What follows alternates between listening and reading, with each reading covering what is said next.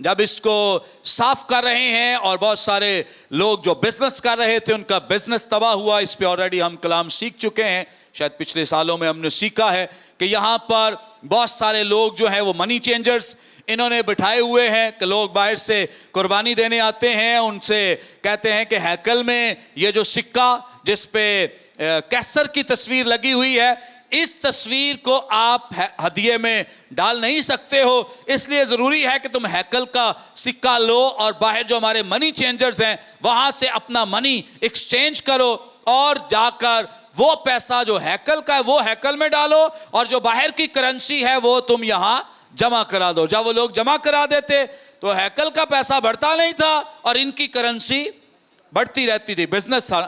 لوگ قربانیاں دینے کے لیے جانور لاتے تھے مختلف علاقوں سے. جب وہ جانور لاتے تو یہودی کہہ دیتے, یا سردار کاہن جو ہے اس نے اپنی ایک لابی بنائی ہوئی تھی, مختلف کاہنوں کی ڈیوٹی تھی کہ وہ جو جانور ہیں ان کو دیکھیں, ان کی جانچ پڑتال کریں, ایگزامن کریں. تو جب انہیں ایگزامن کرتے تھے کہتے تھے کہ یہ جانور جو ہے یہ قربانی کے لائق نہیں ہے. سو اس اعتبار سے یہ بزنس کاروبار کر رہے تھے. تو یسوع مسیح نے کیا کیا, ان کے تختے جا کر الٹ دیے. نقصان کس کو ہوا ہے؟ سردار کاہن کو. کس کو؟ کیونکہ یہ بزنس کس کا ہے؟